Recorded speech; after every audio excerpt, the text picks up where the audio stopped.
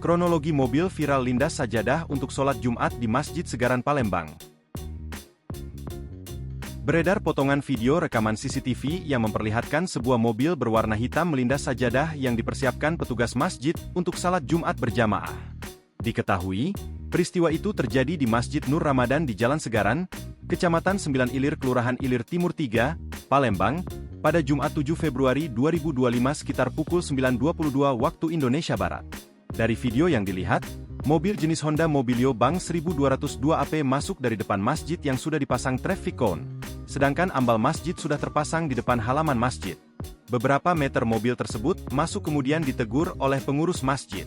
Salah seorang penumpang terlihat turun hendak mengatur mobil keluar lagi.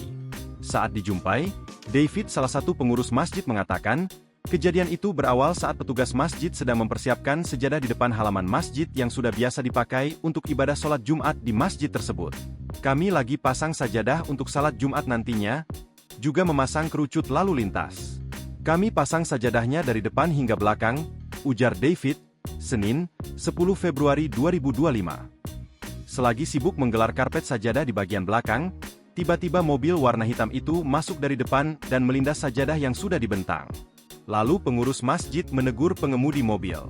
Setelah ditegur sempat terjadi cekcok mulut, mobil itu berhenti, pengurus masjid melihat ada 4 orang wanita di dalam mobil. Salah satu penumpang sempat turun dari mobil. Saat kami tanya mau kemana, katanya mau melayat ke belakang lalu kami larang. Ada satu penumpang yang turun, namun masih pakai sandal, lalu kami tegur baru dilepaskan sandalnya. Mobil ini masih maju mundur, lalu kami suruh maju saja karena sulit untuk memutar, katanya. Dia menambahkan, setidaknya ada 25 gulung karpet sajadah yang terlindas mobil tersebut. Akibatnya sajadah tidak bisa digunakan dikarenakan sudah kotor terlindas mobil. Setelah itu pengendara itu cuma minta maaf, sampai hari ini tidak ada pihak mereka menemui kami selaku petugas masjid.